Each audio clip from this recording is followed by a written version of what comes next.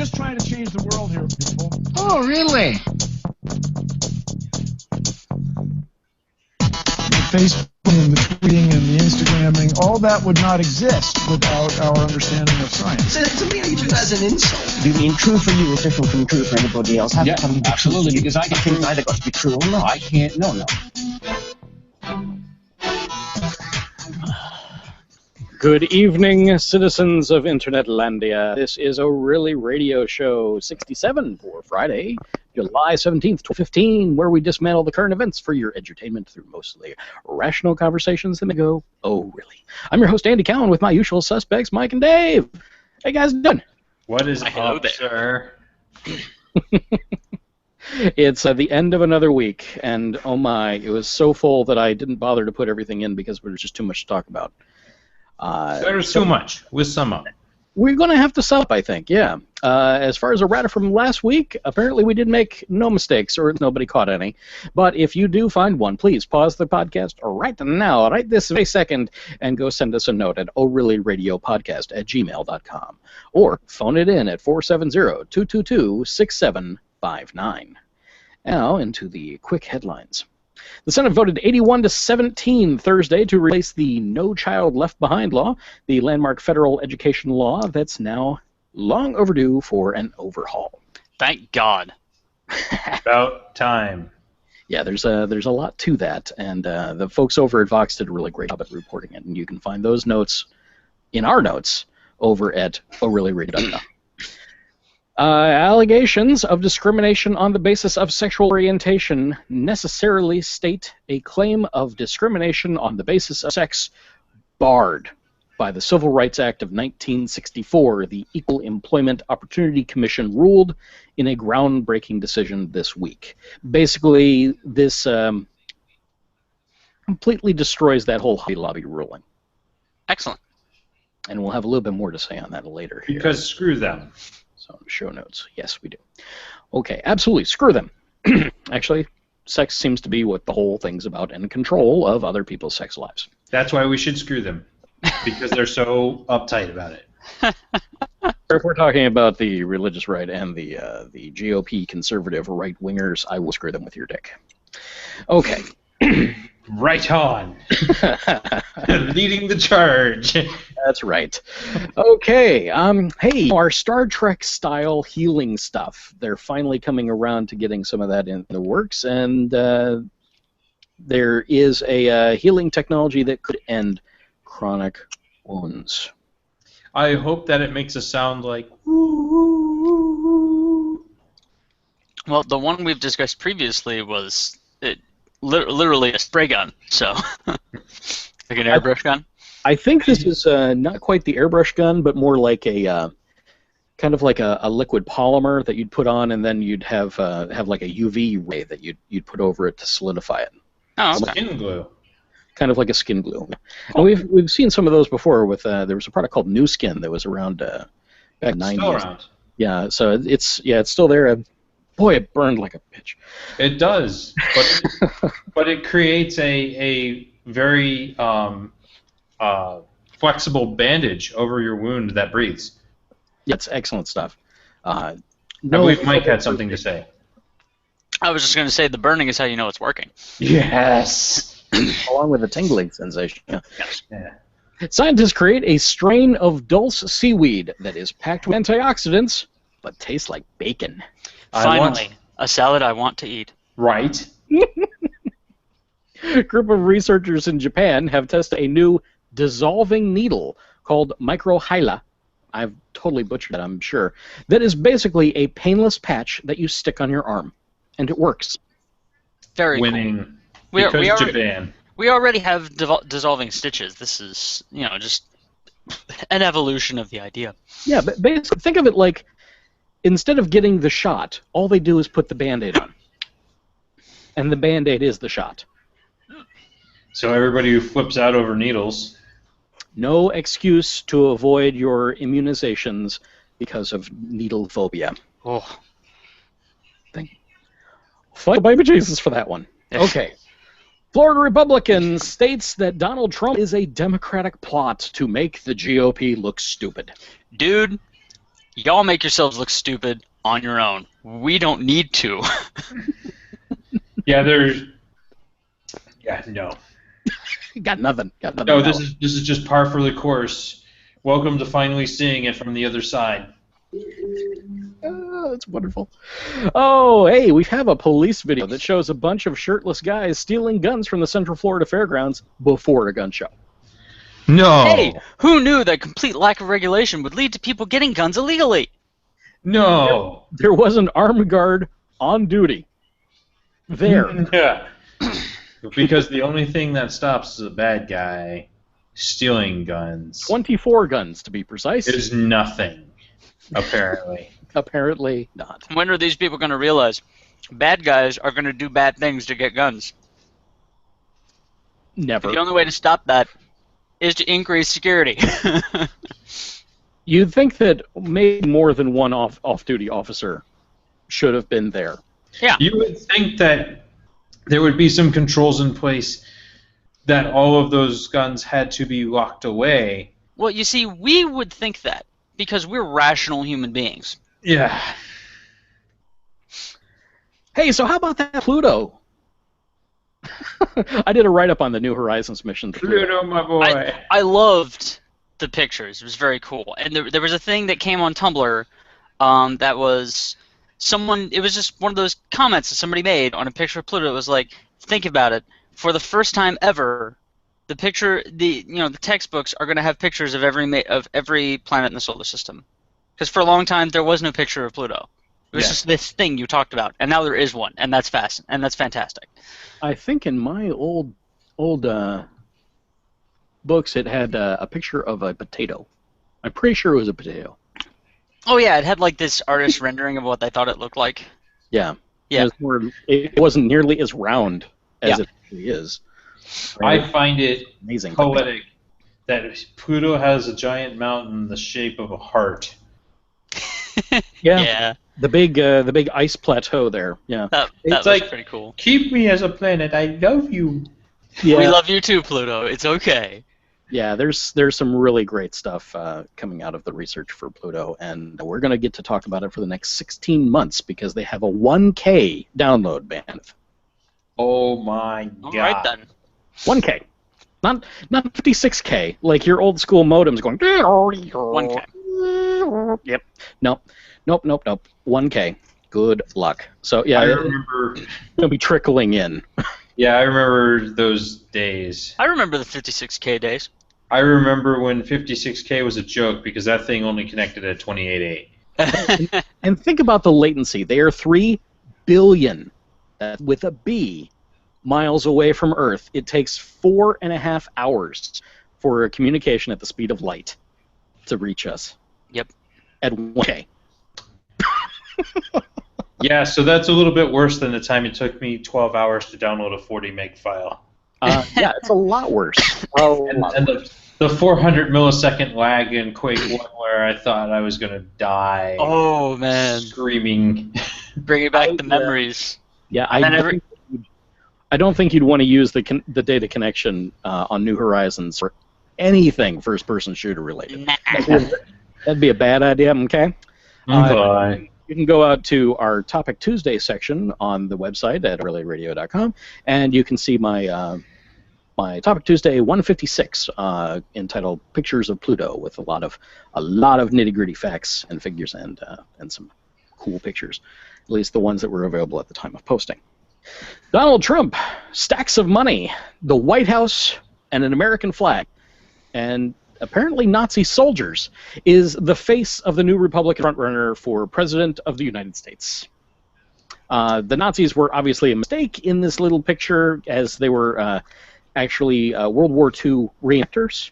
But there were stacks of cash above the White House, and then the Nazi soldiers, who had their backs turned, by the way. I mean, really, the whole thing is just a montage of fail, and indicating how money overrides all of the politics. And by the way, now he's at 17% versus Jeb Bush at 14% of the popular vote. Ha ha ha ha! Wow. Because they are not the party that's a joke. No, No, obviously not. No.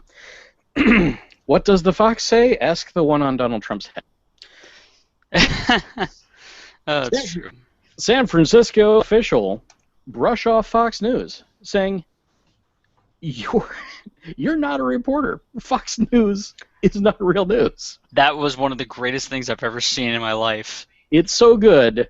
I'm going to play it for you right here. I love this. We've had just literally a minute to be ready. This is not real news, and I'm a reporter. I talk to real news only. Fox News is not real news. We want to know if you showed remorse. Are you upset when the president didn't reach out to the families? Fox News is not real news. That was Scott Wiener. Just laying it down on the line there. And later on, he also doubled down again. The entire department did. So that is not going away ever. Because you guys are a joke, and people are finally tired of it. You can only laugh at a joke so long. It's so beautiful. Yeah, they have been kicking that horse for a while. All right, and now it's time for a little bit of public service announcements from our friends over at GSOW.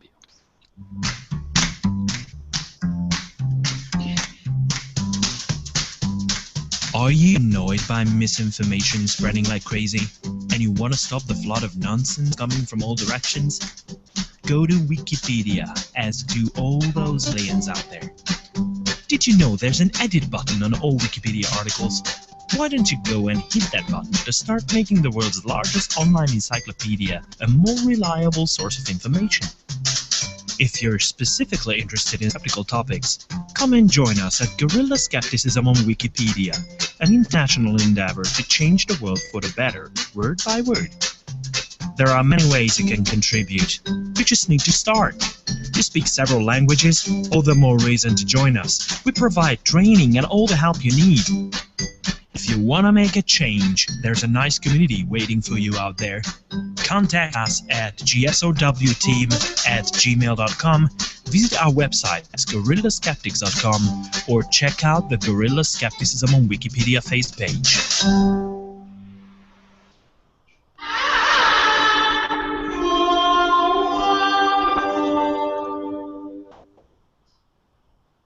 Today, after 2 years of negotiations, the United States, together with our international partners, has achieved something that decades of animosity has not.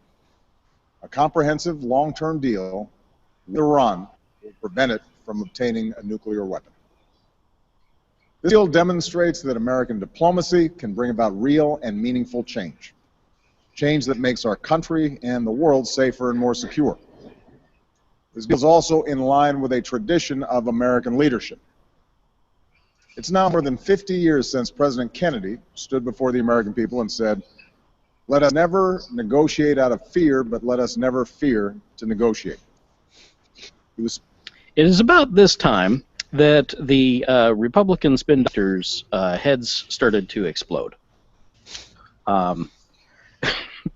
As well as our good old friend Benjamin Netanyahu, who is becoming more and more marginalized as time goes on.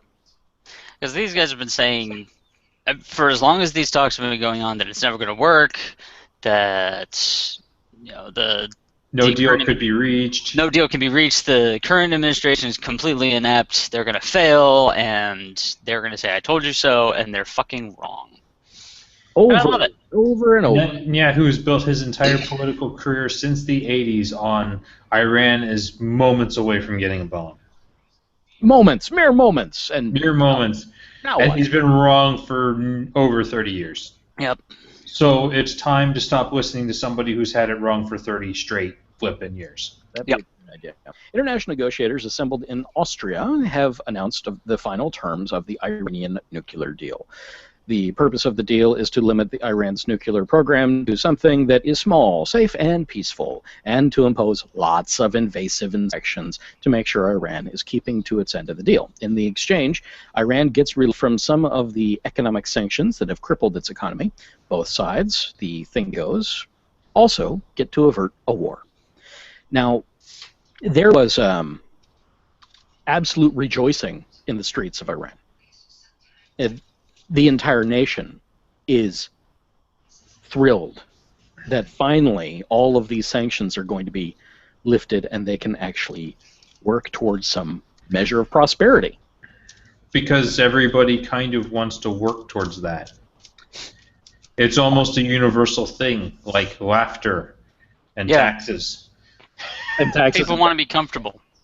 And contrary to what, again, Republican jerks will tell you, they don't want it to be handed to them. There's this thing called pride and this other thing called shame, and people like to have the first and avoid the second. So people don't like to take handouts. One thing I would definitely say for the Iranian people who have been in occupation of that region of the world for in excess of 6,000 years, they've got some pride. Mm-hmm. They're very proud. They're a very proud people, and obviously they just want to be happy. Everybody just wants to be happy. How you get to that happiness is clearly non-deterministic. Up for debate. Yeah. So Vox did a lovely piece on breaking down the deal in plain English. There is too much to go through, even though they've broken it down. This would be an entire episode. But we're talking about centrifuges, we're talking about uranium enrichment, the stockpile, sanctions relief. That one I'm going to touch on a little more.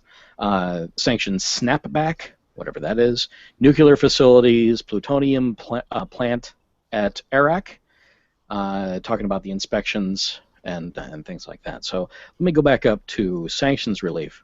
The term, Iran must fulfill its initial commitments by mid-October, after which the International Atomic Energy Agency will verify Iran's compliance by mid-December. Once it has verifiably fulfilled its commitments, the United States, European Union, and the United Nations Security Council will begin to remove their nuclear-related sanctions on Iran. So we're looking at 2016 for some real financial relief for these folks out there and truly getting back into the world economic stage. In the plain English, first there's a process for making sure Iran has done all the things that the deal requires them to do, and that takes a few months. But after the sanctions, well, basically exactly what I said. Oh, good, I got the plain English right. That's always pleasant. Well done. Good job, Sasse. So, what really did it for me was seeing the video of the people getting the news. Just the average Joe Iranian, in the streets with their families, just thrilled. It was like they won, I don't know, like the World Cup or something, just without the knocking cars over and burning them. Well, that's only in Manchester. That's all over the man. Oh, wait, no, that's hockey. I was thinking the same. Yeah. Amazing how those things work. Yeah, Mike got some? Yeah, here's the thing that I've been saying, in the few times that it has come up in discussions about this nuclear deal, is that here's the thing. A nuclear economy is something that first world nations have. You can't be a first world nation without that level of power and complexity. It's just the way it is. Yeah. And what right-wing fearmongers have been saying for a long time, and that is absolutely wrong, is that if they have any nuclear capability, they will have the bomb. That's not how nuclear power works. Yeah, that's a clear misunderstanding. We had nuclear power before we had the bomb. In fact, we had nuclear power, and it still cost us just uncounted dollars. And the Manhattan Project, bringing together the brightest minds in the world at the time to give us the bomb. So this idea that now they have the bomb, it's retarded. It doesn't work that way. The bomb is incredibly complex. It requires very precise amounts, and just all these little pieces have to come together just right. It's not nitroglycerin. Yeah, to make it work. It's not like you just have a hunk of uranium and throw it at something and it explodes. It doesn't work that way. And people I'm pretty sure they think it's just a pipe bomb. I'm pretty sure they think it's that simple. And you're an idiot if you think that. If it was really that easy, then the world would have been destroyed by nuclear devastation long ago. Yeah, we wouldn't have needed the likes of Einstein and Oppenheimer. Yeah, we wouldn't have needed the most brilliant men in the world to do this. Yeah. And we wouldn't have had only 2 bombs. It's another thing that people don't realize is that the second bomb we dropped was it. Yeah. Back in the whole World War II thing, where we tried to get Japan to surrender, and we dropped the bomb on them, and then we said, if you don't surrender, we'll do it again, and they didn't surrender. And then we dropped another one, and we said, if we don't surrender, we'll do it again, and then they surrendered. That second ultimatum was a bluff. We didn't have any more. That's how hard it is. But nuclear power is easy. It is relatively safe and clean, and like I've said so many other times, and now they have access to it, and it's going to be good for their country and good for the stability of the region. Because, when people aren't scrabbling for resources, they're not going to shoot their next-door neighbor to get what he has. Right. If you have a power surplus, then you can do things like desalinate the oceans for drinking water and arable landfill. Things that would truly enhance a desert population. Of course, that's also the misnomer that they always try to perpetuate is that it's just a desert out there and that's where all the people are living in huts and everything, and that's it. It's like, no. These are thriving cities, big, with concrete and glass and the same thing that you have downtown. And irrigation and sanitation and all that stuff. It's amazing. It seems like a normal place. And to be totally frank and honest, cutting people off from the rest of the world is completely and wholly ineffectual. We know this from Cuba. 50 frickin' years of sanctions did not change the government or the people. But that's good. Bringing them in to the world stage and exposing them to other populations and other ideals and different ways of living your life. That will change a people. It will.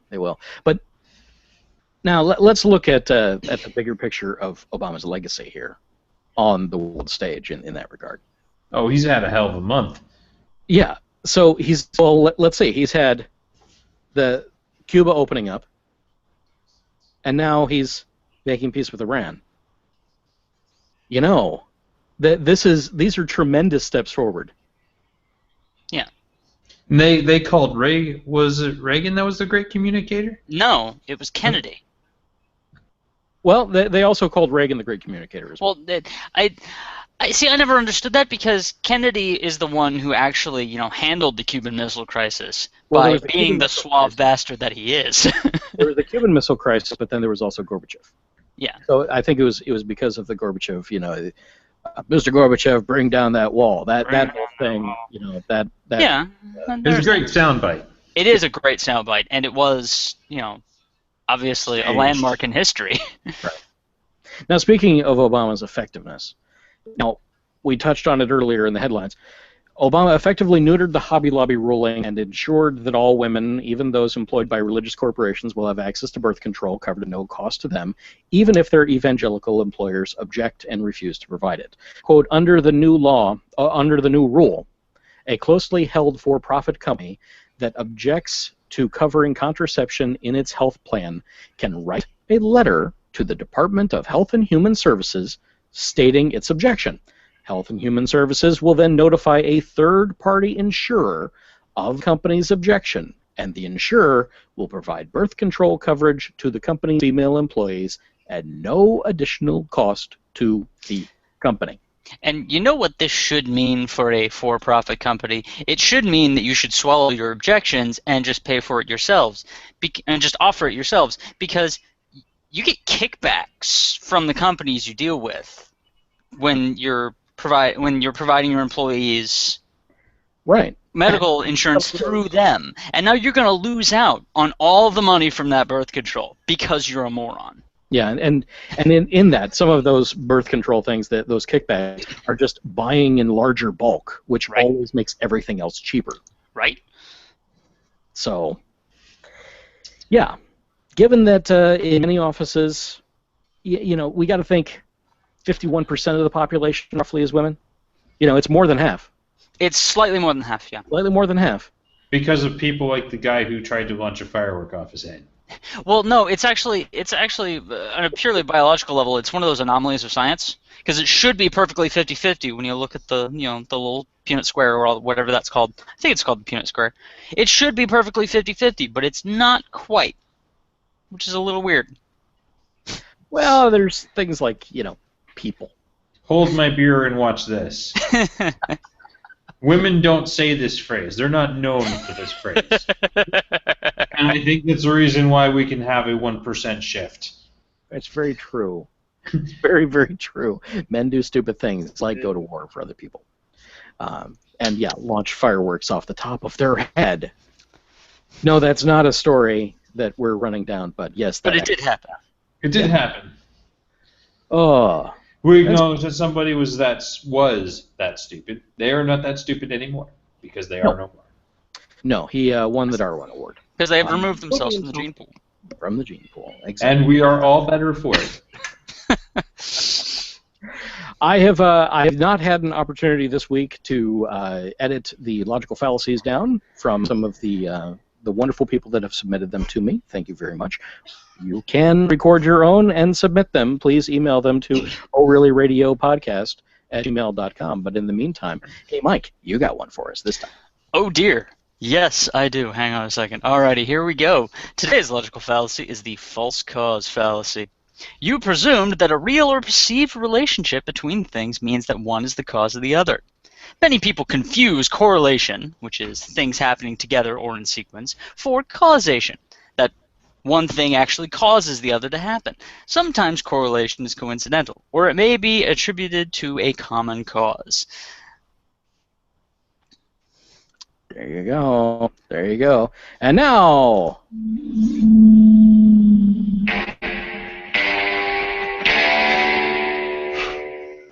So we've heard about 9/11 truthers, and we've heard about moon landing truthers.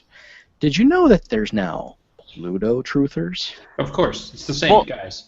I knew because I read a wonderful little webcomic called The Unspeakable Vault, which is all about the Lovecraft mythos. That there are... it is a common theme in this universe that there are these weird bug creatures living on Pluto. So he did a comic about, the people who viewed the pictures of Pluto's surface got, the bug creatures came down and snatched their heads off of their necks, and it was funny. But I thought that shit was a joke. Yeah, well, it ought to be. Let's see. The Twitterverse kind of went absurd. Let's see. LMAO, so their other fake Israel satellite is able to take a photo of the Pluto inbound satellite. Gullible much? Okay. Too bad all NASA missions are fake, hoax. Pluto, don't believe the holograms. At least stay consistent with the images. Shake my head. Pluto? You all had fun with this fake CGI pic? NASA hoax, biggest lie in history. Wake up, America. They lied about that too. I'm pretty sure that all we need is an astronaut, say an old astronaut that landed on the moon, to go up to them and punch them on the neck. That's really all we need. That man should be knighted for his brilliance. Buzz, Sir Buzz Aldrin for president. Buzz, my hat's off to you, sir. My hat's off to you. Thank you for everything you do and every one of those people that you punch in the face. And don't ever forget that those of us who paid attention know that the real first words on the moon were contact light. Excellent. Okay. That's not the only thing we have in the bad. Candace Peterson said that she started attending the Greater Mount Moriah Primitive Baptist Church about 6 months ago after moving to a new home in the Tampa area. But she received a troubling letter last week from the church, a delinquency notice, asking her to contribute $50 a month, along with other assorted fees, to remain a member in good standing and vote on church matters. The letter from Assistant Administrator Ladrida Spencer and Pastor B.R. Fulton Jr. also reminded Peterson that children, including her 11-year-old daughter, were expected to pay $5 a month to the church in addition to 2 annual $15 fees. These guys are small time, really. I mean, that dude who got his fellowship to buy him a new Learjet. Well, that was dollar. Or it's a citation jet. Citation. Well, a citation is not a particularly large or expensive jet, but it's still a freaking jet. That costs more than a car. Well, he was trying to get $11 million from his parishioners. Yeah. He did not manage to raise all that money. So he had to go along with just maintaining the jet he already had. Oh, the horror. The horror. Yeah. Man's got a private jet. No, I said the whore because he's a whore. Well, yeah. Well, his last name's Dollar. What do they expect? Right? I mean, you know who you were in bed with at that point. Yeah, Benjamins. Lots and lots of Benjamins. It's something, but just where's my money? That guy. If this church you're a part of is supposed to be about peace and love and acceptance, and they won't love you or accept you unless you give them money, it's not a church. It's a Ponzi scheme. Yeah. I don't know what this particular Baptist church is all about. I'm sorry. What was it? It was a primitive Baptist church. I don't know what that means either. It's a Baptist church. It is a Baptist church, such as it is. Preston posted a copy of the letter on the church's Facebook page, where one church member in good standing scolded the younger woman for publicizing her complaint. Quote, "I love my church and my pastor," said member Bonnie Maxwell. We're going to just name names here. "I know people have their opinions regarding the letter that was sent out to this young lady and put over social media. I don't understand why so much negativity about paying a monthly assessment of $50 a month that you already knew about. If you go to a club or a bar, whatever you wish to call it, every weekend, you are paying about $10 or maybe more to get in the door and then paying again for drinks." Okay, she's equating. Here's the difference there. Equating church to a bar. Yeah, here's the difference there. A church is supposedly a place that you go to for fellowship and spiritual fulfillment. A bar is a business. You walk up to that place and you know exactly what you're getting into. They are a business in it for the profit. A church is supposedly there for, your spiritual enlightenment. It's not supposed to be a profit center. That's why they're tax exempt. Right. Another Florida church lost its tax-exempt status earlier this year after officials in Panama City determined that it was operating as a nightclub that charged $20 donations to participate in raunchy theme parties. Good.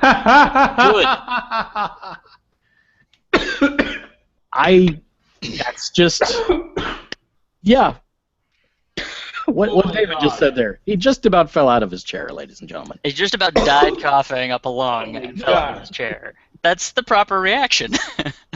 Yes. Peterson said the experience had soured her on the church, and she's looking for another place to worship. Quote, it's like you say to me, if you want to be a member of this church, you need to pay this, she said.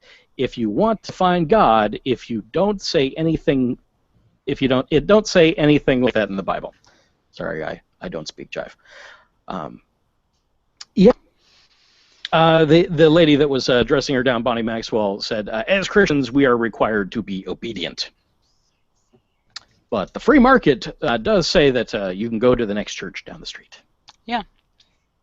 So, so many of them, I don't think that's going to be a problem, especially down here. Was it every 3 miles? It depends on where you are, but sometimes it's less. Yeah, sometimes it's ridiculous. I'm amazed. I'm actually going to get like a little tear and just say, okay, I'm driving by, click, click, click, click, because they're right next to each other. There's an entire row of them, and it's like, what is this? It's a strip mall of churches. Strip mall of deities. We should make a House of the Sun. Well, I'm just not that musically inclined, but that would be That'd be something. That really would. Okay. Welcome to the House of the Rising Sun. All right. You can check out any time you want, but you can never leave. Oh, now you're just mixing. Now you're just mixing here. Okay. Back into politics. Oh, boy. All right. Hang on, let me get my snorkel. Yeah, pretty much. This one's deep here. Okay. You're going to need scuba gear for this. So, as a show, we are very LGBTQ friendly. Okay, we are allies here. We would like to be a safe place if you ever need anything, if you're feeling really put upon, downtrodden, etc. You can reach out to the show. We'll do what we can for you. We'll point you in the right direction because, we are not trained professionals. Please do not take all of our advice as gospel or anything like that, even remotely. Take everything we say with a grain of salt. We are like Wikipedia, okay? We are a source for other sources. just go with that. But in this, just recently, there was a vote to stop bullied LGBT students. To bring that down a notch. To make it as unacceptable as it is to bully a straight child. Right. So here's the list of all 45 U.S. senators who voted against that. And oh look, they're all Republicans. Let's repeat this for emphasis. 45 Republicans in the Senate said it's okay for kids to get bullied. Is that really a representative sample of your demographics? Is that really what you want the people who are supposedly speaking for you to say? I truly hope not. Because I don't give a damn if the kids are gay or straight or poly or whatever, wherever they fall on the spectrum. There's too many of them for me to keep track of. But you know what? It doesn't matter. Yeah. Bottom line is kids, yes. And they shouldn't be bullied. That's it. Exactly. I was just about to say that. Yes, you should not emotionally torment people because of reasons. Because of reasons. Because of reasons, yes. Because of that's it. Reasons, yes. Okay. Alexander, Barrasso, Blunt, Boozman, Burr, Capito, Cassidy, Coates, Cochran. You want me to do this? Sure, go ahead. Corker, Cornyn, Cotton, Crapo, Cruz, Daines, Enzi, Ernst, Fischer, Flake, Gardner, Grassley, Hatch. I guess that's Hoeven? Hoeven. I hadn't seen that one before. Inhofe, Isakson, Lankford, Lee, McCain, McConnell, Moran, Paul, Perdue, Risch, or is that Rich? Roberts, Rounds, Sasse, Scott, Sessions, Shelby, Sullivan, Thune, Tillis, Toomey, Vitter, Wicker. And we are calling you out individually by name because you are, all of you, individually bitches. Tennessee, Wyoming, Missouri, Montana. If I might quote a rather vulgar but fairly funny movie, those guys, they're dicks. Yeah. I think that truly about sums it up. So I hope that all of you feel bad because you're bad. You do bad things. You're bad people and you should feel bad. That's right. Hi, ORly Radio listeners. This is your host, Andy Cowen, calling my voicemail to make sure that it still works. Please consider calling us, 470-222-6759. Bye.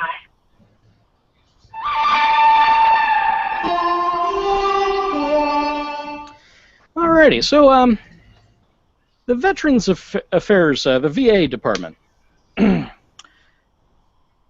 Well, those same Republicans that we just called out, they seem to want, of course, them and more, seem to want to privatize the whole enterprise.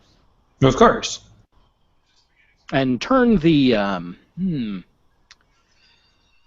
capitalistic machine on all of our veterans. I don't think this is a great idea. I don't think that turning that into a for-profit business is a good thing. And Rachel Maddow took them to task for it. And let's see what she had to say here, assuming that the video loads real quick. Come on, NBC. You can do it. You can do it. No, you can't. You can't do it, can you? They failed. Your video is loading. Your video is loading. Your video is loading. I was Mike. tipped off to this by OccupyDemocrats.com, which was, of course, absurdly slanted, considering that it starts off with, in this alarming report. But the rest of it is there. Rachel Maddow breaks down the right-wing push to privatize the Department of Veterans Affairs and turns it to eternal debt, turn the eternal debt that the American people owe their veterans into the for-profit exploitation of our brave warriors, turning the injuries and psychological trauma they've suffered defending our nation into another private sector commodity and Wall Street windfall. Though that may be a little slanted, I think it's all there. Mike. Yes. As a veteran, honorably discharged, I have two things to say about this. One, and this is more of just from a citizen's perspective, we, as a people, just recently with this Obamacare thing, made it quite clear that we want healthcare to go away from privatization because we think people's health should not be a profit point. Because, well, we're decent human beings. The end of that road is always exploitation. Yeah, because we're decent human beings and don't want people to have to die from something preventable because you want to make money off of them. So, screw you. You suck. Two, these are the people, these veterans, are the people that you claim to support wholeheartedly. You throw this veterans thing in everyone's faces all the time to drum up popular support. It is your number one go-to to get sympathy, GOP. Mm-hmm. Your number one go-to is support the troops because they're fighting for your freedom. And yet, when they get home, they're screwed. That's already true. It's very difficult for them to get jobs. It's very difficult for them to get treatment. It's very difficult for them to get the benefits that they earned without jumping through 1,000,001 bureaucratic hoops. And now, it's not even under the table anymore how much of a liar you are. It is right out in front of everything that you want to privatize this and make it a profit point. So you're not even hiding the lie anymore. You're not even hiding the hypocrisy. That you don't give a damn about the troops. Yeah. About the people who are off fighting your wars that you want them to fight. You don't care. And I've been saying it for years, and I'm going to continue to say it loudly and proudly to everyone that will listen. Now, not even to those who will listen, to everyone who is within earshot. That if you are a veteran or know a veteran, you should not support them because they don't give a damn about you. It's true. And it's obvious.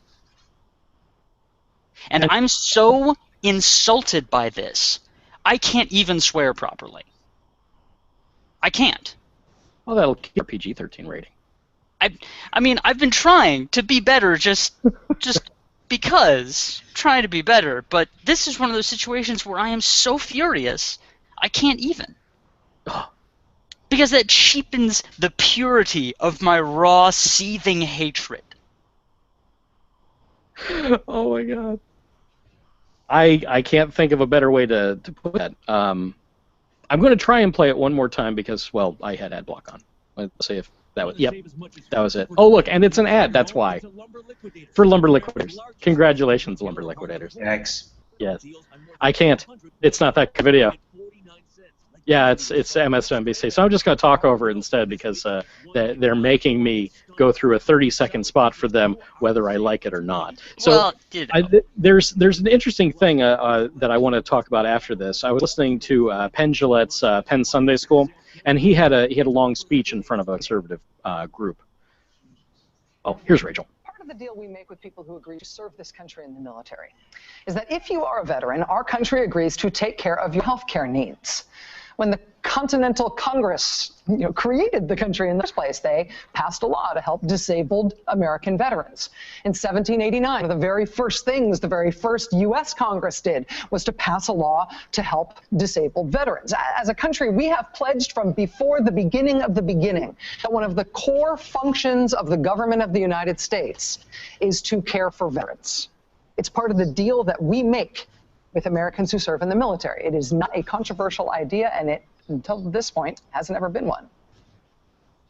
It's about how we treat our veterans every single day of the year. November 11, 2010. It's about making sure they have the care they need and the benefits that they've earned when they come home. America must and will keep its word to those men and women who have given us so much. November 11, 2002. Veterans have been promised good health care when they are sick and disabled. They must be treated with fairness and respect. We honor our veterans as well. In November Abraham 11, Lincoln's 2000. words, by caring for him who shall have borne the battle and for his widow and orphan. I've said before that America's debt to those who would fight for her defense doesn't end the day the uniform comes off. October For the 25th, security of our 1988. nation, it must not end. It is not a controversial idea in American politics. It is not a partisan idea at all, or at least mostly. For a while now, an idea has percolated on the right to scrap the VA. To scrap the VA, turn it over to the private sector, and let veterans try their luck there.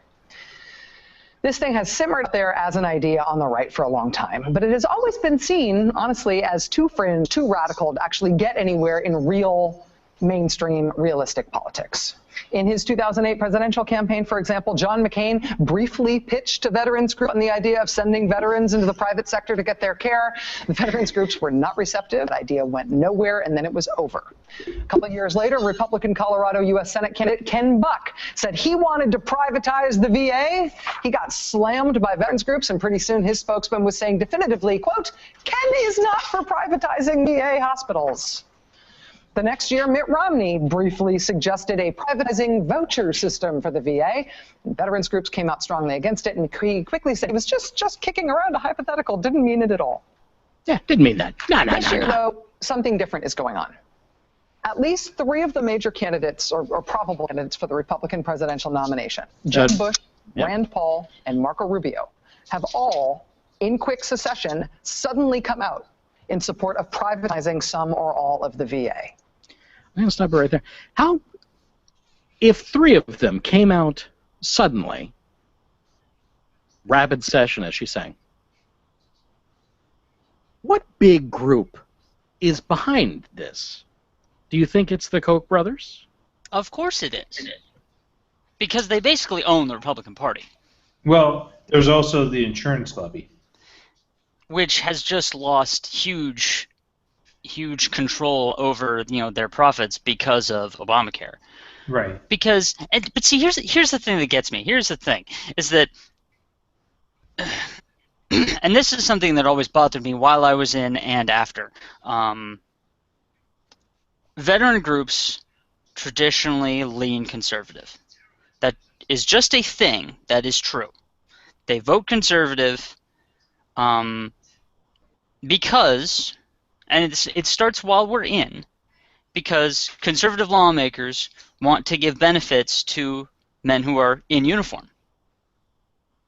But only in the uniform. And what they consistently fail to realize, and what has slowly started changing as the information age continues and people educate themselves, that conservative lawmaker support stops the minute you take off the uniform, and suddenly you're on your own.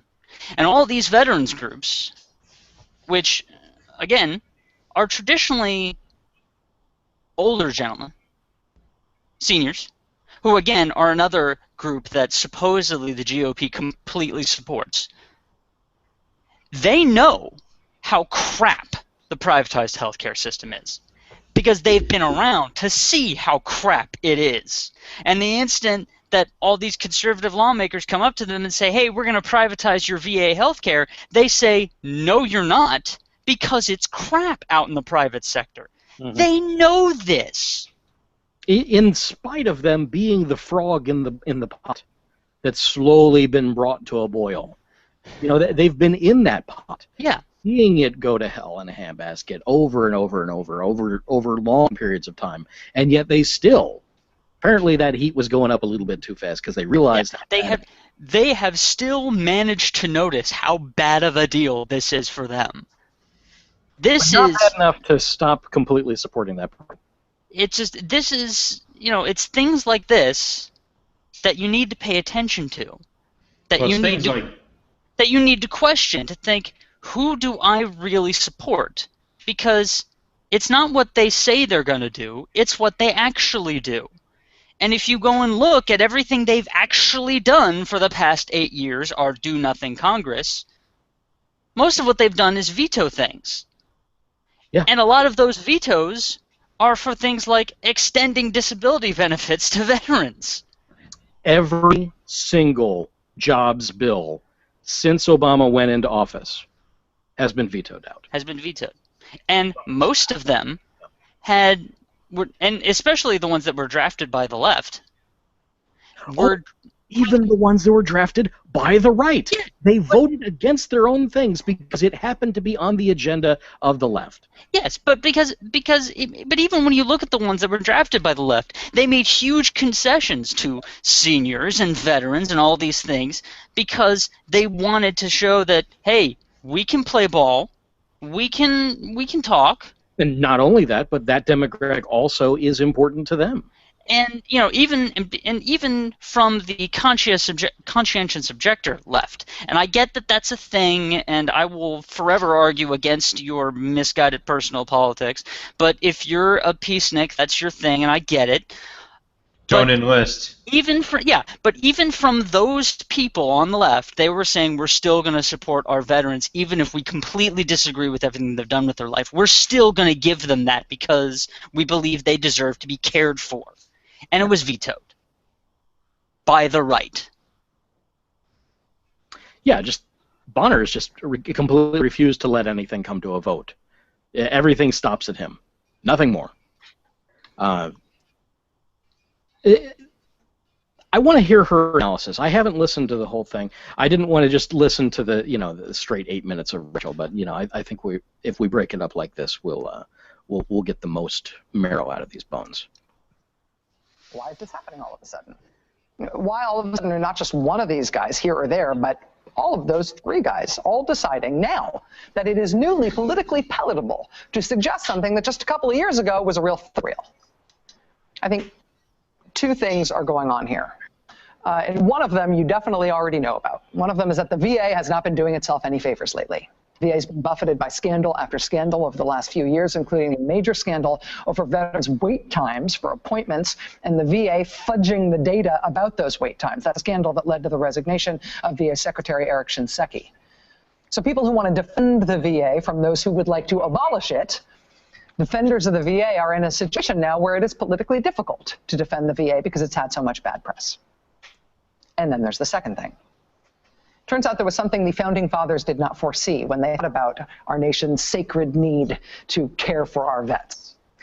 What they maybe did not anticipate were a couple of guys called the Koch brothers. Oh! Last year in June, a group called Concerned Veterans for America convened a summit on privatizing the VA. John McCain was there, former House Speaker Newt Gingrich was there, Senator Rubio was there. The point of this summit by Concerned Veterans for America was to celebrate the release of that group's big report on fixing the VA, and their big proposed fix for the VA was to privatize it. Concerned Veterans for America wants to privatize much of the VA system for healthcare. I should tell you that Concerned Veterans for America is not some scrappy grassroots veterans group. It is reportedly funded just about entirely by the billionaire libertarian brothers Charles and David Koch and their network of donors. The Koch donor network almost literally created this group. And that's not... She's propping up some slides here. $400 million in political donor network to this organization from the Koch brothers and their network for Concerned Veterans for America. I don't believe the Koch brothers served. No, I don't think they did either. I'm not certain, but I'm I don't think they did. I think it's hilarious that they had to manufacture their own veterans group. They had to create it. They had to invent it out of whole cloth by throwing money at the problem. Because no real group of veterans would ever touch the idea. Because everyone who's actually served is telling them to go screw themselves. Well, it's possible that these people are actual military veterans. Because just because you're a veteran does not mean these two things. One, that you are not unscrupulous in character. True. And two, that you cannot fall on hard times and be in need of money. True. And that is where I believe the Swift Boat Veterans for Truth came from. Yes, but which is a pioneering thing for the Koch brothers. This organization that all these politicians belong to, we've seen time and time again, especially in politicians on the right, how the quote-unquote veterans of the group never did a damn thing while they were in. Or they tried to dodge. They got stuck with desk jobs. They had their daddies make phone calls so they got ideal postings because these people come from old money and they have that power. These people who wear their veteran badge like a badge of honor didn't earn that honor. They didn't actually work for anything. We've seen this a lot. Yep. There is exactly one photo ever produced of George W. Bush's service in the military. There is exactly one. Exactly one. In how many years? Son of a politician? Yeah. There weren't press following him around or trying to sneak on base and getting photos of this dude? Are you serious? And veteran records are public domain.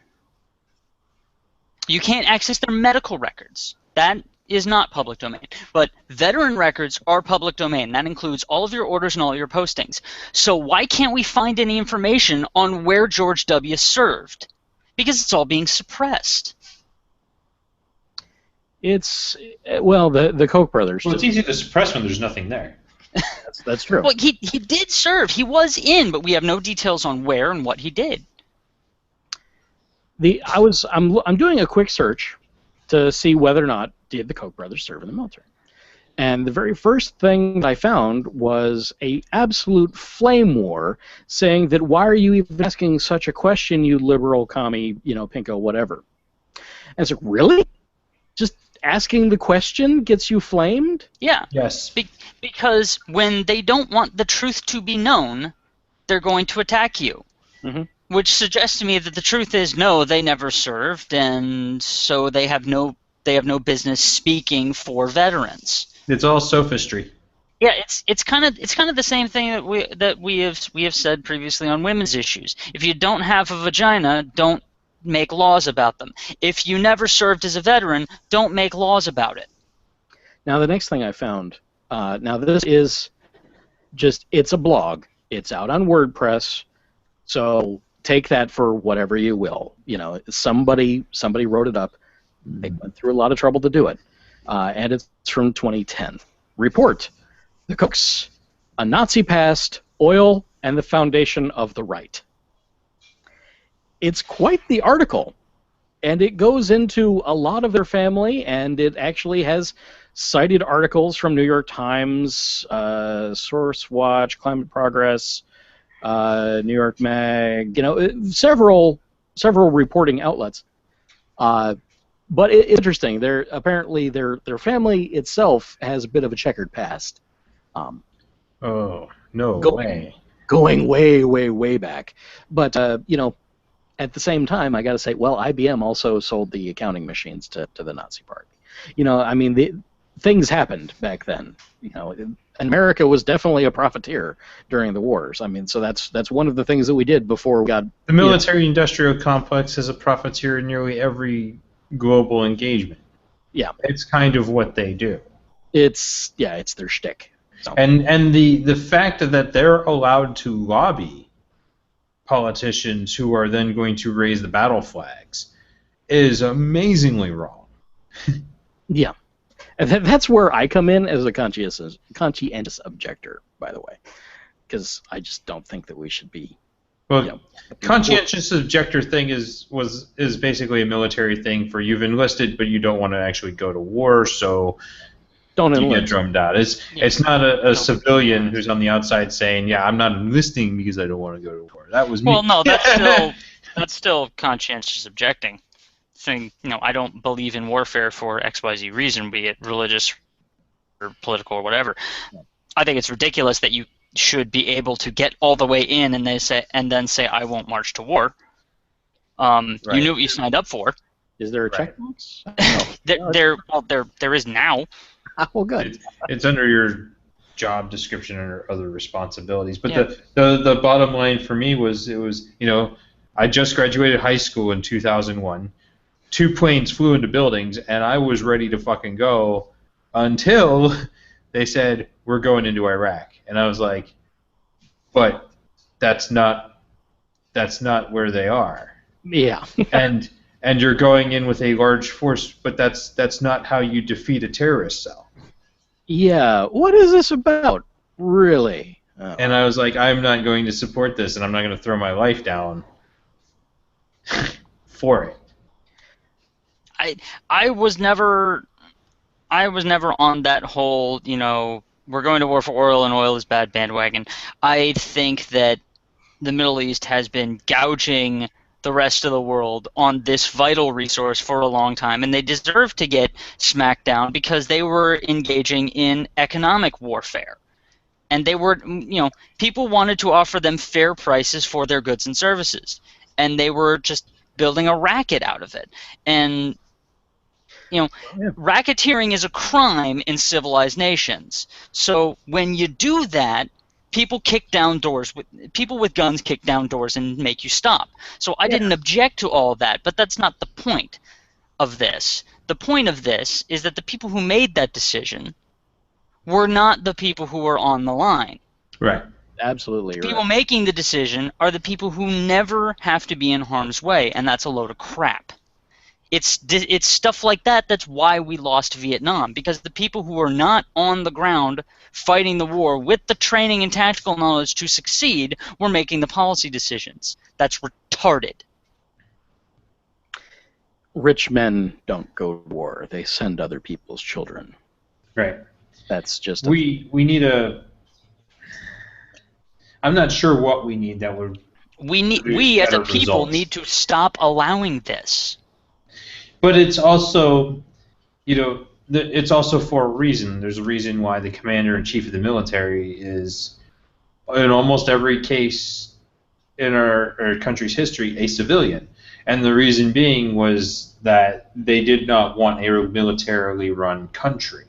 That's all well and good, but that part I'm not arguing with, because they have a board of advisors. They have the Joint Chiefs of Staff, and any president worth his salt listens to the Joint Chiefs of Staff.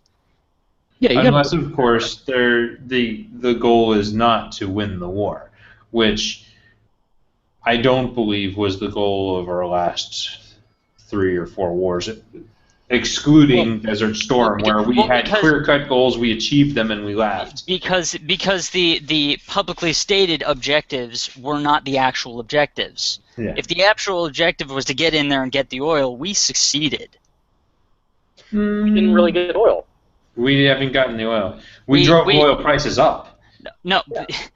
See, there's the thing. They wanted to get control of the oil so that they could control the prices. Because, again, as we've covered, the whole oil industry is a racket. Everyone's talking to each other and artificially inflating the prices. And the more oil production in the world we control... Well, it doesn't even have to be as conspiratorial as that. Certainly you have the big oil, conglomerates, with OPEC and its various nation states that are contributing to it. But a lot of it is just manipulation of the market. Because a barrel of oil is traded as a commodity. And yet we need it as a natural resource to do business. It shouldn't be a commodity. So again, a lot of this comes down to the worst offenders of all, Wall Street. Yeah. Those that simply make money from money.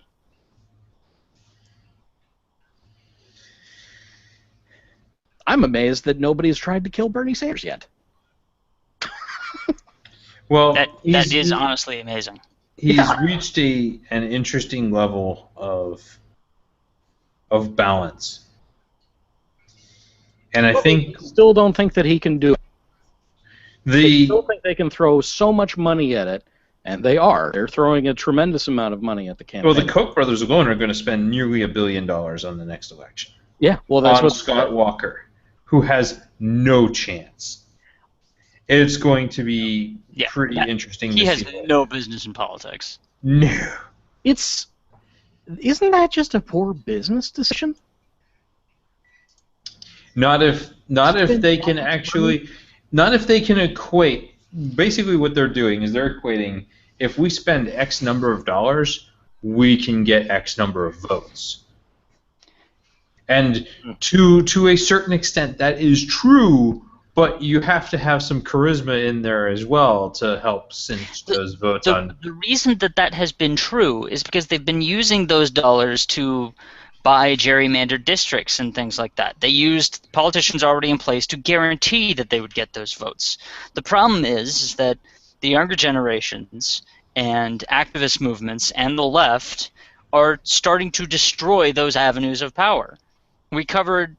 Last time I was on the show, 2 weeks ago, we covered this huge decision that was destroying gerrymandering, and it was brilliant. Yeah, it's a beautiful thing. They're expecting they are expecting the same old tactics to work when the game is changing. And this is a problem you often see with older people that are set in their ways. That guess what? The world is moving on. The way you used to do things is going to stop working very soon if it hasn't already. Yeah, it worked 10 years ago, but oh look, now the internet's made all that information available.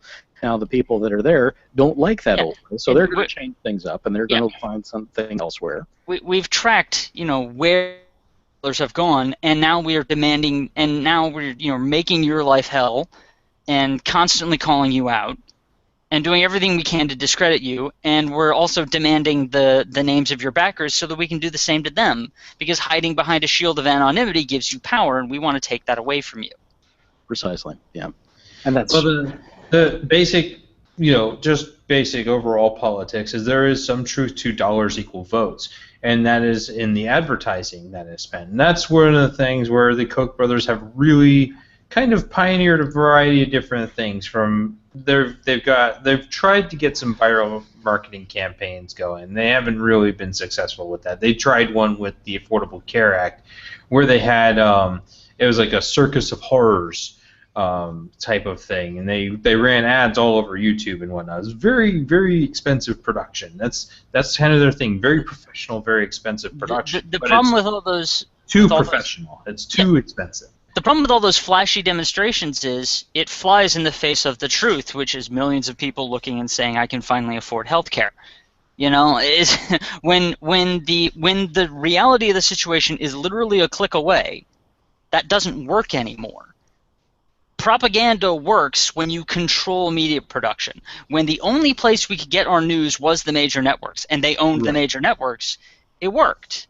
That's not true anymore. And as we have covered many times, how they have tried to clamp down on the internet and control, download speeds and bandwidth and all that stuff. They know that that's a problem for them. They're trying to control information. And they've lost. Yeah, well, they're not just trying to control information. They're also trying to monetize information as much. They're as trying to monetize information, but the controlling of information is part of that monetization process. Because if it's so sad that you can't watch the campaign speech of your favorite politician, but here's this other guy and his stream's just great. That's I could imagine. It's easy to imagine that world being a reality. Yeah, and it would not take much effort on their part to actually pull that off if net neutrality weren't, if we were to go away from net neutrality. It's so sad that could accidentally work. But see, I don't think it would be accidental at all. I mean, these guys, they're all about the profit. That's true. Yes, but we they are stupid about some things, but they are still intelligent individuals. They know what they're doing in the game they're playing. I would love to agree with you. I would love to. However, they have proven time and time again that they are stupid. See, there's a difference between being intelligent and being smart. They are intelligent. They have planned out this little network, and they've got their spider's web, and they're pulling on the threads to try to move things in place the way they want to. Yeah. The problem is that they're not smart. They don't recognize that people are not going to move the way you want to just because you want them. They don't realize that if people can get their information from any other source but them, they're not going to dance to the tune you call. Yeah. They are the, I want to say, the poster child for a generation and a school of thought which is being quickly left behind. And that is, once upon a time, it was very easy to manipulate the news. It was very easy to control what people had access to because it all came to them on the newspaper, which was always the New York Times. Everybody read the New York Times. And everybody watched the same channel on TV because you only had 13 of them or 5. Yeah, you could only access so much information. There was only so many avenues you could go to, and there was no easy or ready means to refute bad information when it was posted everywhere. So, I got my TV with the UHF channels. Let me just tune something else in there. Right. I blame the antenna just right up there. Because these are older fellas. They grew up and they lived through the age of McCarthyism. They lived through the Red Scare. They saw how absolutely effective that kind of information control was. The problem is you can't do that kind of information control anymore. The Cold War wouldn't work in the modern times. There's literally too much information being produced. It is amazing that we call it the democratization of the media. Yeah. Of the news by having citizen journalists, these bloggers out there that are blowing the lids off things. You're getting just as good content. Yes, I disparaged that WordPress article.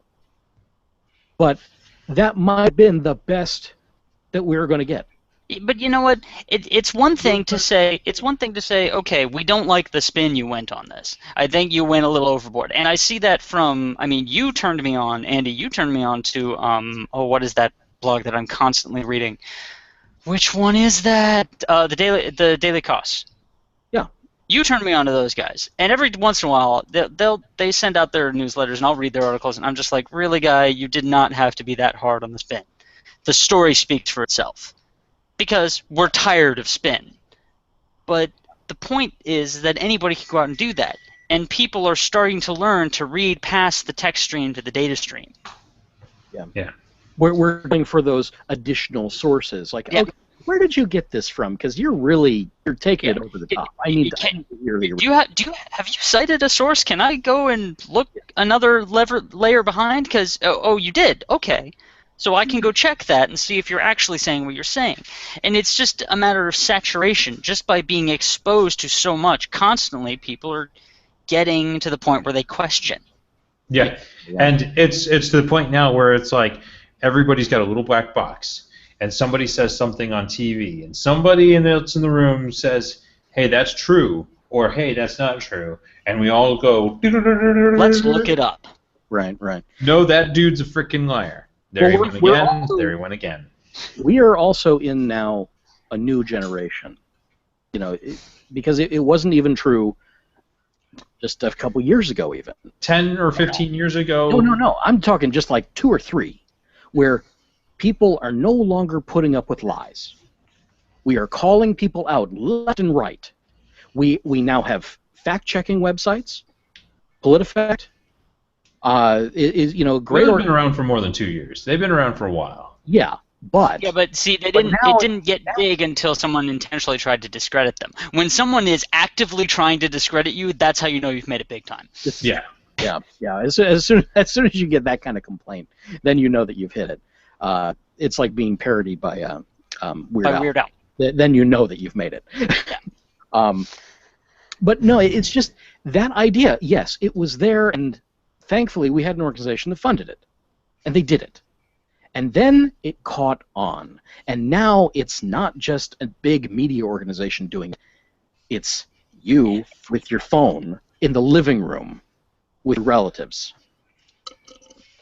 That is a bigger thing. That is groundswell. That is everybody not putting up with crap anymore. Yeah, there is a German term for this, for the overarching culture and the tone of a society. It's called the zeitgeist. Yeah.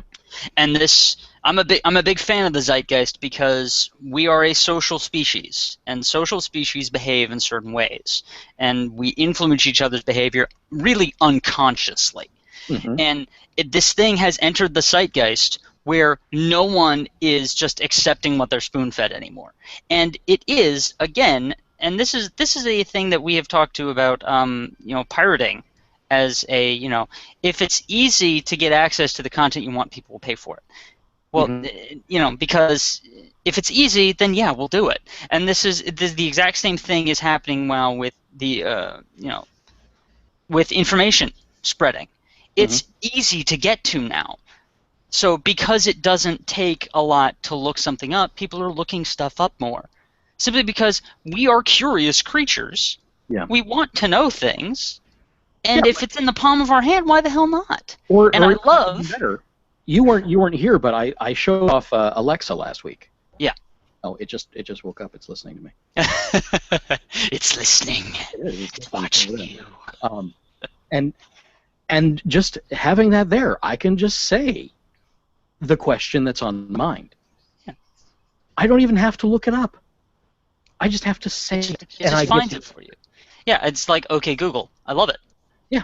It's just, you just everybody's phone. I just woke up everyone's Alexa. It looks things up for you, and and it'll either tell you here's the answer or here's where I found the answer. Right. And that this has entered the zeitgeist is good for our society. That we as a culture want to know things and question what we hear. Right. Yeah. Which is why we're also concerned when they try to do the right to be forgotten and anything that would clamp down on the free flow of information. Go ahead, David. Yeah, just to take this up to a 10,000-foot view here, it's really interesting and exciting to see our world literally moving towards science fiction.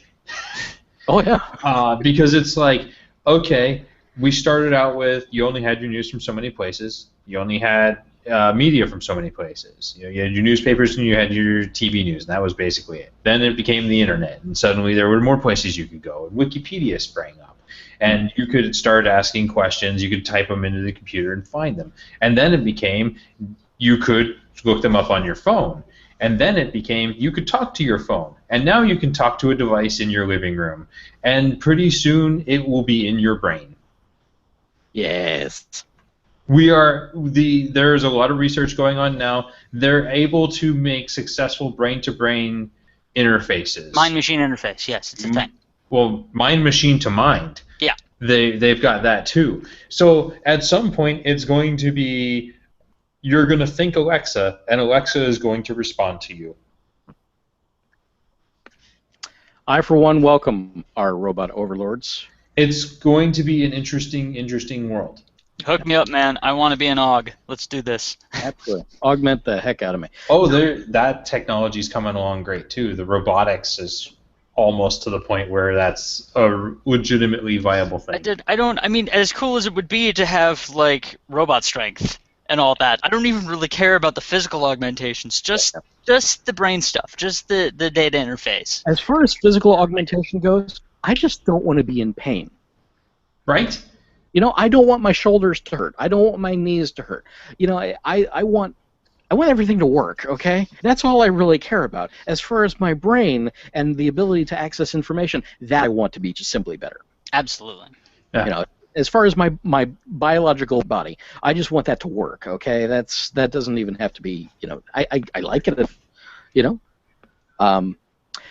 we've gone in a big circle, but I love the way we went because we were starting off talking about, listening to one of the talking heads in one of the major networks, talking about the news and what was going on and giving us her critique, or her team's critique, as it were, on what was going on. And We stopped it, and then we talked about it, and we riffed on it, and we expanded on it. This is the kind of thing. We're active in our consumption of the news.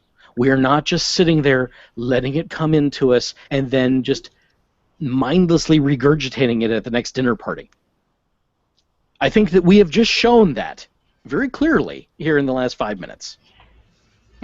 But this is not what we do. Yeah, we get a source, we pick it apart, and we think, and we look at other sources, and you went and looked something up on your own, and that's how this whole process has entered the zeitgeist, which bodes well for humanity, because no individual person is going to just sit by and let other people tell them what to do. This is good. Yes. It is quite literally. To bring it back to where we started with the Koch brothers, they are the 1% of the 1%. Yeah. And they are looking at a world that is quickly spinning out of their control. The normal means of controlling large populations through drumming up fear with misinformation and then getting them to behave dance monkey dance, and then suddenly they elect a predictable result. Those days are basically over, and it has happened in the last 10 years, and there's nothing they can do about it because the train is accelerating. There's 3 minutes left in Rachel's piece. Let's just let that play out, and then we'll pick it to death, and then go to our picks. Okay. My characterization comes from the group's CEO, who's named Pete Hegseth, and this was him speaking at a Koch dinner conference last June. Oh, just as a reminder, this is about concerned veterans for America, okay? Just because we went so far around, I wanted to remind us what we're actually talking about. Concerned Veterans for America is an organization this network literally created. Now, unless you've been living under a rock for the last couple of months, you know about the crisis Department of Veterans Affairs. What you probably know is the central... Okay, that's really difficult to understand. Yes, yes. Okay, I'm just going to, thankfully they put up a placard as to what he's saying, so I'll go through it a little bit and try to get us through it. Now, unless you've been living under a rock for the last couple of months, you know about the crisis at the Department of Veterans Affairs. You probably don't know is that the central role of the Concerned Veterans for America played in exposing and driving this crisis from the very beginning. Driving this crisis. What does that say about an organization when they're driving a crisis? I want to. There's something right there I want to fact check because I haven't really been paying close attention to this story, but even in just a cursory examination, never once did I hear about this organization that the Koch brothers have created with their money. Never once did I hear Concerned Veterans of America. Oh yeah, because it was just made. Yeah. So the idea that they've been in on this since the beginning is a lie. No, the whole existence of the Swift Boat Veterans for Truth was a lie, but it was an effective lie to take down Kerry. And I think that, if you look at, for those of us who remember history, it just repeats over and over. Yeah, just because we didn't hear about it doesn't mean that the people inside the Beltway that make the decisions didn't hear about it. That's true. That's the real problem. There's merits to that. Yes, but as we have been discussing, this one-trick pony scenario that these guys have got going on, it's not working anymore because people are paying attention to the little discrepancies, like if your organization has been in this since the beginning, why have I never heard about them before now? Well, there is a segment of the right-wing population that does not question such things. It is literally confirmation bias. If you produce, the thing that they suspect already, they go, aha. But this is exactly what we're talking about. That segment of the population is disappearing because they're literally dying. Because they're literally dying out. The rest of us are tired of being lied to, and we pick out these discrepancies. Let's look at it from a purely propaganda kind of way here, because that is what this organization is building, is propaganda. Oh, of course. Concerned Veterans for America. That there is a lovely soundbite to put down on, page 3 of some report that somebody is going to then hand in to someone that's then going to bring it up for bill. That's a wonderful little headline. It looks very American Pie kind of thing. It looks great. It's the fantastic title.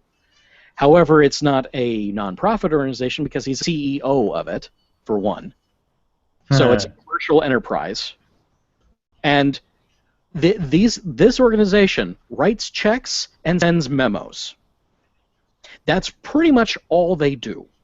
They write policy, they attach a lovely rider bill or thing, or promises of streets paved in gold for whoever votes on their side, because that's what the Koch brothers have traditionally done, and it seems to work rather well for them. So they are driving the entire thing with a lovely political soundbite name, all from behind the scenes. This is not meant ever for public consumption. This is purely inside the walls, just a line on the piece of paper for where they got the money. Guess what, suckers? Yeah. The story broke. It's been exposed. And now people like me are wondering, what the hell are you selling? They're selling a fraud. They're selling. They're this is literally electioneering. Really, you summed it up perfectly in that your first line there. They're selling fraud. I love that. Fraud, yeah. they're selling fraud, and they're selling disenfranchisement, because the people who are being so horribly misled are in part by themselves with the confirmation bias, but also they want something to believe, but just because people want something to believe doesn't mean that it's right for you to be the snake oil salesman to provide it. Yeah, it's still not right. I mean, yes, these are old people and they're being crotchety and old and stupid about this, but still, you don't take advantage of people's grandma.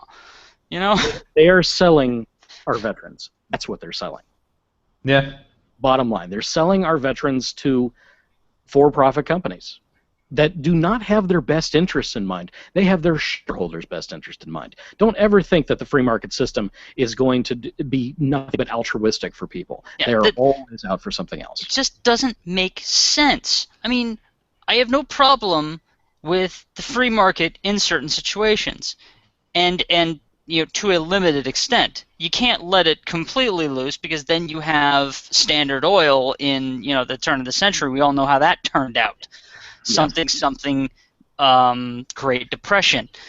But but on the surface of it, I'm not opposed to free market economics. If a business fails, then they weren't good enough to hack it. That's the way that works. There are certain things, however, that should never be a profit point. That's just human decency. Healthcare is one of them. Yeah. Lives do not equal dollars. Yeah. Let's see if we can now get past this. I think we made it like 10 seconds. Let's see if we can go a little further. Exposing and driving this crisis from the very beginning, driving it. That audio was obtained by an online outfit called The Undercurrent. It was published by The Nation. MSNBC has not independently confirmed it. We contacted Mr. Hegseth this evening to ask him if that was in fact him. He declined to talk to us about it. He also declined to talk to us about where his group gets its money. What we do know, though, just watching the politics as they play out, is that their push to privatize the VA is working right now. I mean, it used to be a fringe idea that a politician might float but then drop. But now all the leading Republican hopefuls for president who have been asked about it have so far all jumped on board. Lots of them all at once. And part of the reason for the surprise mainstreaming of this formerly fringe idea is that now it is supported by this much larger and much richer campaign.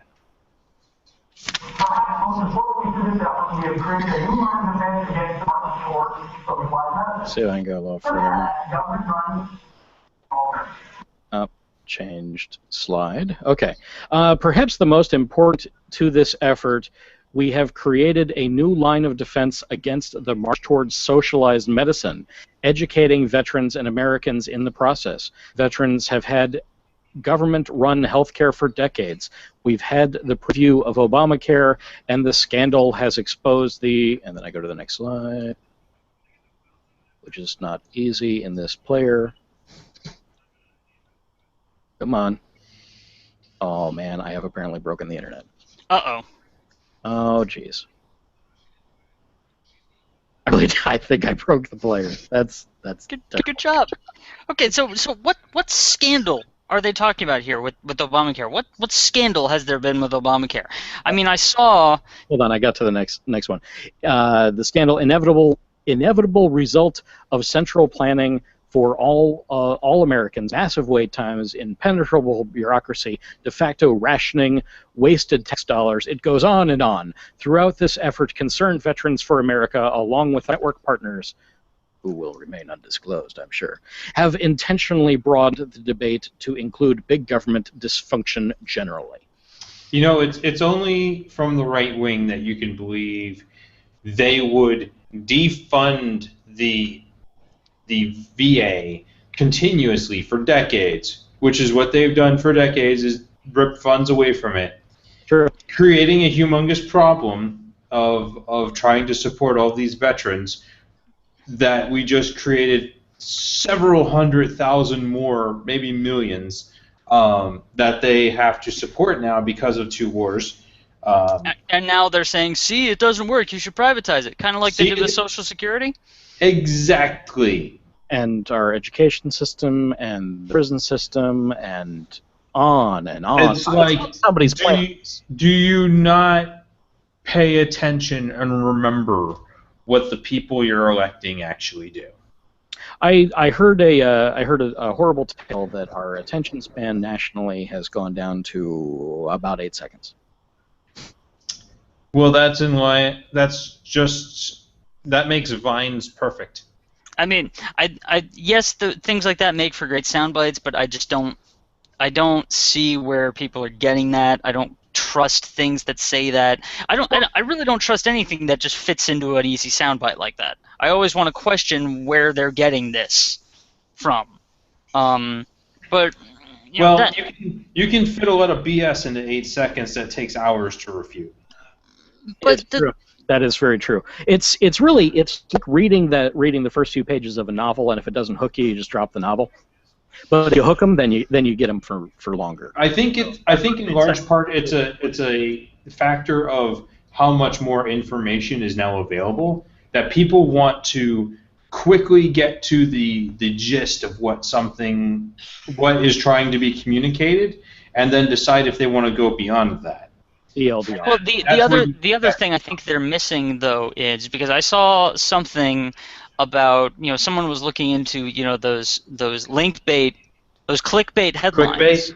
Yeah, clickbait headlines, and how they look good on the surface because they get people to click the link, but then they start actually reading the article and they realize they're not interested at all, and then they go away. So while it looks good on the surface, it doesn't actually bring anything to the advertisers and the other people who support it, which is causing problems for clickbait writers. Well, it's worse than that, because what they're unintentionally doing is creating Pavlovian conditioning where people are becoming immune to clickbait. Exactly. Because they're having continuous negative experience after negative experience, and eventually you're like, every time I click something that looks like X, it goes someplace I don't want to be. And this is the exact thing we're talking about here with this, with the Koch brothers, is they have conditioned us to not listen to their sound bites because we're tired of being lied to. Yeah. So then when a story like this, which was obviously meant to be kept internal, finally breaks, we all call bullshit. You can't tell me in your soundbite that there's a huge scandal and Obamacare is failing when all you see and all you hear when you actually go looking for it is story after story of people who never had health care in their lives who suddenly can afford basic medicine. Depends on which echo chamber you're in. It depends on the echo chamber you're in, and it depends what state you're in, because Florida's still in a shitty way. Well, Which is by design by Chris. We suffer from being run by Skeletor for so long. So yeah, well, I mean, he's only after Castle Grayskull. And Castle Grayskull don't need no health care for no peons. But when you look at the real numbers nationwide, yes, people have had problems with their health care from Obamacare. Yes, some people have fallen through the cracks and been hurt. But millions suddenly have health care now. Right. And they don't complain about wait times or filling out paperwork or anything like that because they've got health care. Yeah, but it's the squeaky wheel. It's that person with money that then lost his cheap cut rate plan because it fell below the norm, and he's upset that now he has to actually pay for a real plan that's actually going to save his ass later. But even people like that. I mean, I cared very strongly about Obamacare, and I've been following it with some regularity. I'm not the most diligent follower, but I have been paying attention over time, and the right has pretty much abandoned this parade, this showcase of all of the people, exactly like you're talking about, who are getting shafted by their insurance companies, and suddenly now they're getting real health care, but they have to pay more, and it's this huge tragedy. Well, I don't see those stories anymore. That doesn't make the headlines anymore because people looked it up and saw that it was crap. I for one, I am paying a little bit more, and I'm also getting worse service. But that is probably because of what my company chose to do. So now I have, a lot of different things that I would not have chosen myself, and possibly if I could, I may opt for not having my company's insurance and the ACA next time. I'm not sure though. That's the other thing that the right doesn't want you to realize, and that people have realized on their own, is that it's not Obamacare's fault that their insurance company is choosing to dick them over. Oh yeah, my insurance company is definitely dicking me over. Oh yeah, that is their job. That's happening a lot more at the corporate level. And I looked over Claire's corporate healthcare plans, and I was like, 2 years ago, I paid a lot less, and I got way more. Oh, yeah. Yeah. And what you just showed me doesn't even meet the bronze plan. That is also not a fair comparison because the health insurance in particular is so incredibly sexist. Well, if you have a vagina, you get dicked over extra hard by the insurance companies. No, it wasn't just the sexist thing. It was literally I was paying like $30 a month, and I had some really good coverage at the place that I worked. But I had just also come out of a place where I looked at the insurance and I looked at my paycheck and I was like, I have to choose one because you're gonna literally bankrupt me. I'd basically be paying them to go to work there based on the health insurance plans that they offered. It was a matter of the company that I eventually went to super subsidized their employees' health care, to an obscene degree. I was like, it's still whoa. It still very much is the case that if you're looking for a new job, and I know that millions of Americans still are, if you're looking for a new job, take into account that what the company pays in for your health insurance is part of your compensation. Yes. It's not just how much money you're making a year or how much you're making an hour. It also is how much are they paying for your health care. That's money that you don't have to pay to be taken care of. So it does matter. So just keep that in mind when you're looking at your overall compensation, because it does add up. It adds up a lot. Yeah. Now, I think we can get past this guy, and let's actually hear from Rachel again. Or not. Thank you, teacher from Peanuts. Hang on. The Koch brothers network and the Republican presidential candidates. They're taking an issue that used to be an absolute third rail, but now when they find themselves pushing on this issue, they are pushing on an open door, in part because it is a door that they opened themselves. The VA is in such bad shape, none of the traditional defenders feels like they can stand up for the status quo. Even though, and this is key, the VA healthcare system consistently gets better ratings than the private healthcare system on just about every metric, not just better outcomes, but higher satisfaction rates among their patients. Privatizing the VA, I'm telling you, is a sleeper issue for the 2016 campaign. The Republican candidates are lining up in support, and the Democrats and supporters of the VA at this point do not appear to have any strategy to respond to what is happening on the right. There is a concerted, but as yet low-profile push from the right now to kill the VA. Are we at risk of losing it? The VA secretary joins us next.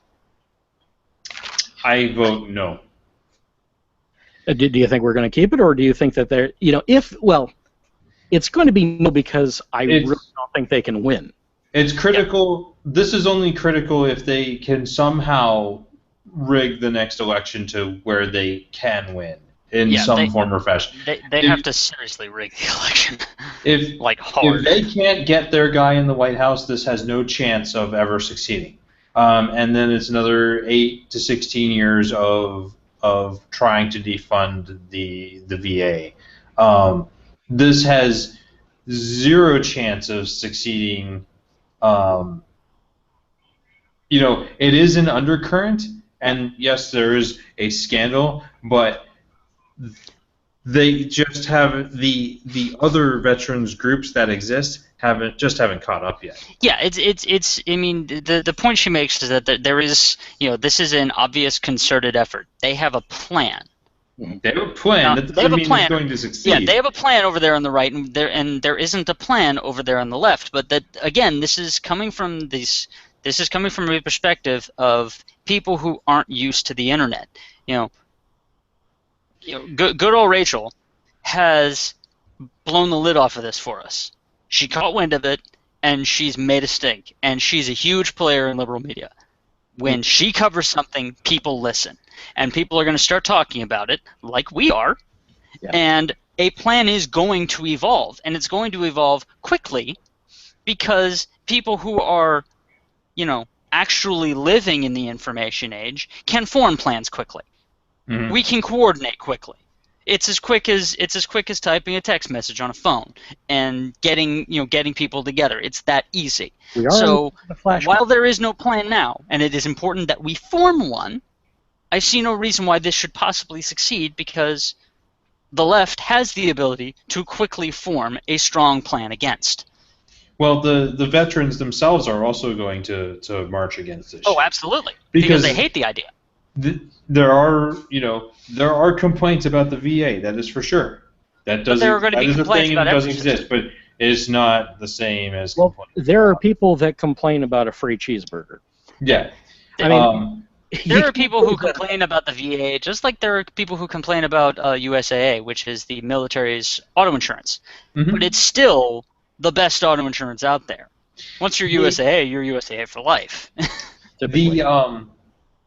For one of the more interesting things for me to think about, just mind experiment is, it goes with the old saying, there are two tragedies in life. One is not getting what you want, and the other is getting it. This is one of those situations where I really want them to. I want them to succeed. And tomorrow there's no more VA. And 2 years from now, the vets go, man, that was a bad idea. And everybody who said it was a good idea, they gotta go. Because we kind of want that back. As effective as I think that would be, I don't want all those people to suffer in the meantime. It's scary. Yeah, it's too much. It's too far. It is suffering. I agree. And it would be bad. But at some point, you have to realign people with reality, and that is sometimes a painful thing. True. And this is one of those moments where it's the burn. You know what? Best. This is what you guys really want. All right. You're about to find out that you really don't want what you're wishing for. Yes. This is that second tragedy in life. I am giving you your own tragedy, but there's great news. Because there's no chance of there being a right-wing president in 2016. Basically, if that it is inevitable at this point that the clown car of GOP candidates cannot win. They will beat themselves to death, and they will go into obscurity. They are the JV players in a varsity field, and they are dying. If there is a God, I hope that he's paying attention and that he will make that true. Right. But if the bottom line here is, yes, they're angling towards privatization of this thing, and it's probably the single worst. Like, actually carrying this out is probably the single worst political move that the right wing can possibly do, because it would prove definitively just how bad an idea that actually is. Yeah, well, as usual, they'll try to, of course, blame someone else. They're very good at spin doctoring.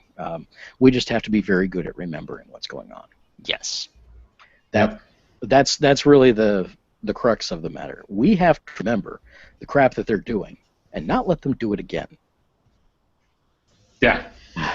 Because they're going to spin it around and say, no, we didn't do that. We were for gay marriage the whole time. And then the montage of people saying, we don't want this, will be played because, well, it'll be the end of the world. We love doing that. Yeah. Jon Stewart started it and did it best, but we're all on the bandwagon now. My favorite one still is the War on Christmas. Yep. And seeing Jon Stewart, I still, I go back to that episode where he screams at the camera, "War on Christmas!" That's still my favorite one. That's my favorite Jon Stewart moment of all time. It was a good one. Okay. There's so many good ones. There's so many good ones, yeah. Gentlemen, we finally made it through that, and we definitely talked that one through. I think that's one of our better segments that we've ever done. Somebody out there is probably going to disagree with me, and you know what they need to do? They need to email me at orlyradiopodcast@gmail.com, or they need to just give me a call, 470-222-6759. That line is open 24 hours a day. You leave me a voicemail, and I will play it on the air. Shameless plug. Tell us how wrong we are. Tell us. But in the meantime, I've been playing with, we're in the pick section now, by the way. We're done with the news. I've been playing with some new network gear from a company called Ubiquity. I like the name. It's fun to say, Ubiquity. And it's very ubiquitous.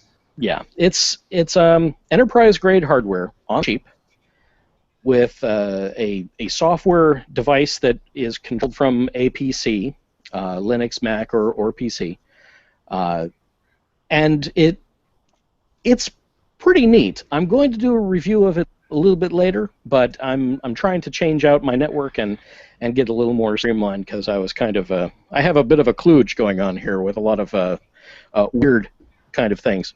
So I've got an access point, and I've got one of their security routers in place. In fact, you are currently looking at me through the internet connection on one of them. So it works. I will say that. And so far, so good. But more of that to come later. Michael, do you have any picks for us this week? I discovered. I'm going to be the stereotypical gamer. I discovered that the final chapter of the StarCraft saga, Legacy of the Void, has finally gone up for pre-order. It's slated for a release this winter. If you place a pre-order, you gain access to the beta as well as to the small amount of missions that they have in their prologue chapter. It looks great. I'm super excited to see how it finishes. If you like StarCraft, you should definitely get in on that now and get your fix, because those few missions were really fun. Yeah, that's my pick. StarCraft Legacy of the Void. It's coming. I'm excited. Okay. Pre-order. Gotcha. Alrighty. David, what do you got? I got nothing today. You got nothing? I've been researching my road trip, so. Oh, that's right, because you are still in the process of moving. I will not be joining you because I will be on a plane to join you guys. for a week. Oh, yeah. Maybe you can sit down here in the studio and have one last hurrah before you go out. Maybe. No, we're actually leaving on Friday. Okay, that's fine. Yeah, I didn't think so. But, you know, I could try. Yeah, Friday morning, too. Yeah, that's never good. That's ugly. That's ugly. But you got a long drive. Can't leave until like 9 a.m. because that's when the office opens to drop off our keys. Well, there you go then. It is. It's a thing. Okay. Well, with that, that's it for us tonight. We'll be back next Friday at 9:30 p.m. Eastern or right around there. And in the meantime, hey, the conversations should continue on the web. Head over to orlyrradio.com. That's O-R-L-Y radio.com for all the links right at the top of the page. And do watch us live if you can, or chat in the IRC. If you liked what we've done here, you can help keep the lights on. Follow the Help Us link on the webpage, and that'll take you over to patreon.com/Cowen, C-O-W-E-N. That's me. And if that's too rich for you, we totally understand. Hey, you can contribute to the show in other ways. We topic ideas, corrections, advertising offers, unclaimed lottery tickets, hate mail, and unsolicited advice by emailing at orlyradiopodcast@gmail.com or leave a voicemail at 470-222-ORly. Post and vote on stories on our subreddit. Leave a glowing review. Please, leave us a glowing review on whatever platform you found us on. And, of course, like the Facebook, the Twitters, the Tumblrs, the Google Pluses, and subscribe to the YouTube channel so you can see our lovely visages on your computer screen or whatever, however you absorb us.